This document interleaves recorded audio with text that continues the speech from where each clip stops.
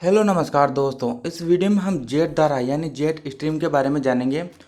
Jet stream के बारे में पूरी जानकारी इस वीडियो में आपको मिल जाएगी। अब सबसे पहला सवाल तो ये आता है, जेट धारा यानी जेट स्ट्रीम होती क्या है।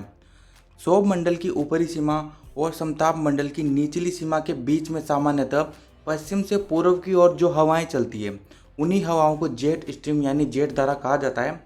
और जेट धाराओं की अगर हम बात करें तो ऊपरी वायुमंडल में, विशेष तौर पर समताप मंडल में तेज गति से प्रवाहित होने वाली हवाएं हैं और इन्हीं हवाओं को जेट धारा कहते हैं।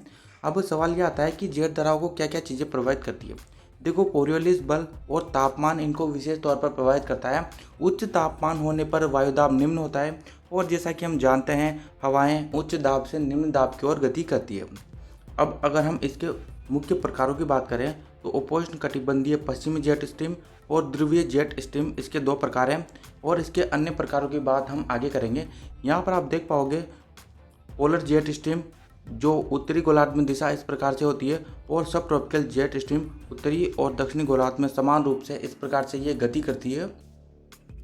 अब हम उत्पत्ति क्षेत्र और विशेषताओं के आधार पर इनको तीन प्रकार से बांट सकते हैं। ध्रुवीय जेट स्ट्रीम जो ध्रुव पर चलती है, उपोष्ण जेट स्ट्रीम और उष्ण पूर्वी जेट स्ट्रीम, ये इनको तीन प्रकार से बांट सकते हैं उत्पत्ति क्षेत्र और विशेषताओं के आधार पर।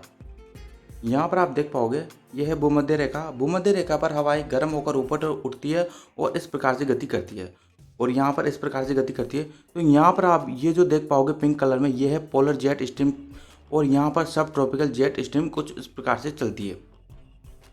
यहाँ पर आप पृथ्वी को समतल रूप पर देख सकते हो और इस प्रकार से देखोगे तो हवाएं यहाँ पर इस प्रकार से गति करती है। तो ये जो ग्रीन कलर में है, ये है पोलर जेट स्ट्रीम और यहाँ पर जिस प्रकार से चलती है, ये है सब ट्रॉपिकल जेट स्ट्रीम और इन्हीं जो हवाएं हैं यहाँ पर चलती है, उन्हें हम जेट स्ट्रीम कहते हैं।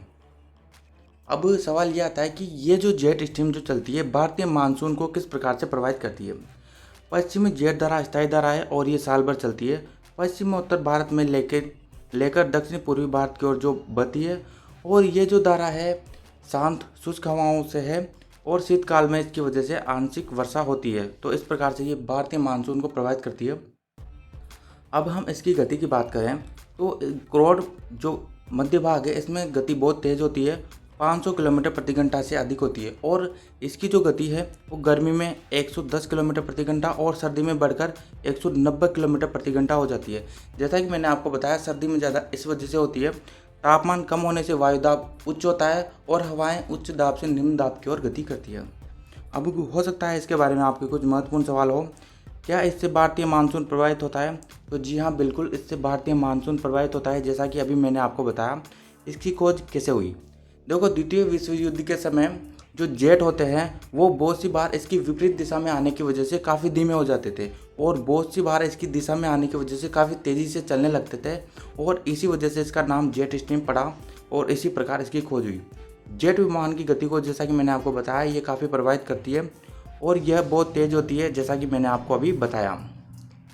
मैं उम्मीद करूंगा आपको इस वीडियो में सारी जानकारी मिल गई होगी जेट स्ट्रीम के बारे में। इस वीडियो में इतना ही। लाइक और सब्सक्राइब जरूर कर देना। जय हिंद, जय भारत।